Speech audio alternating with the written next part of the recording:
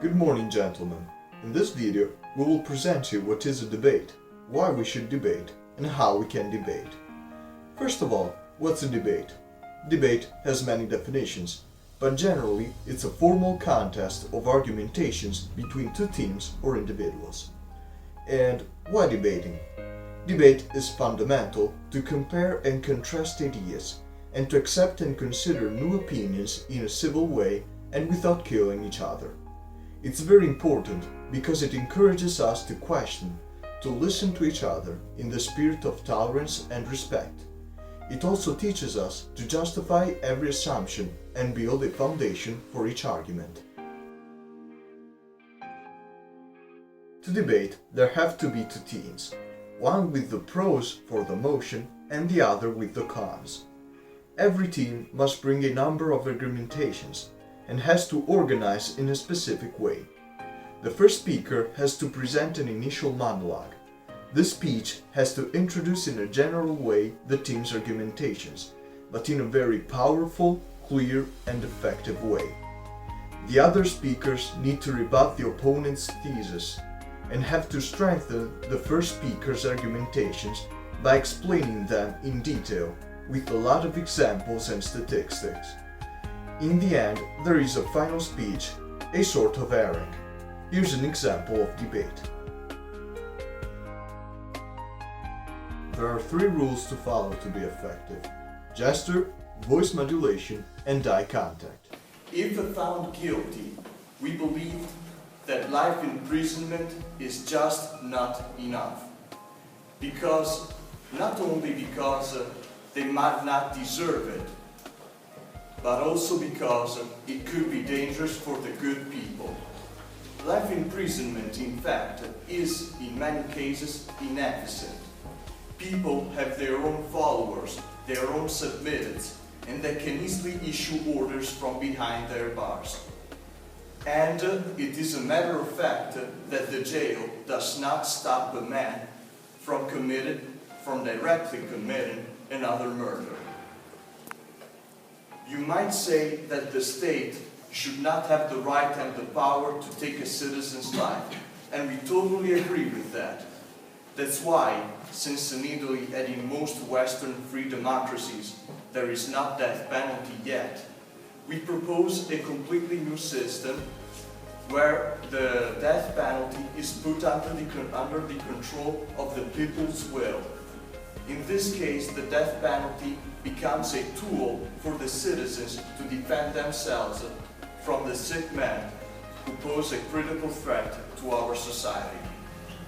We're not saying that death penalty, that capital punishment, should be taken into account in all cases, but there are some situations that are so heinous and incredibly horrible that we will be in the position to say, man, we just have to take this guy out, because if we do not, we will pay the consequences.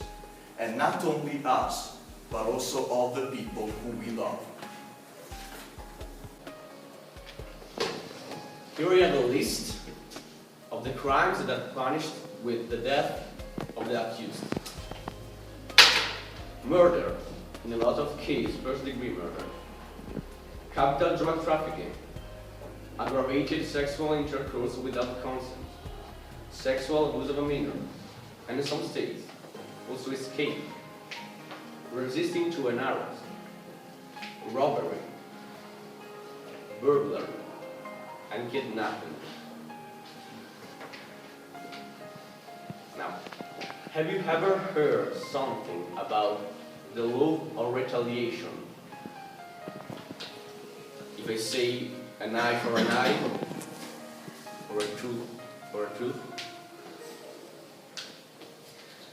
can we really name civil a state that based its constitution on a Babylonian law wrote and suddenly suppressed 2,000 years before Christ?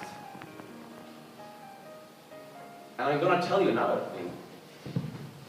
These states not only adopt this law, they don't take only the eye, they don't take only the tooth, they take the whole body.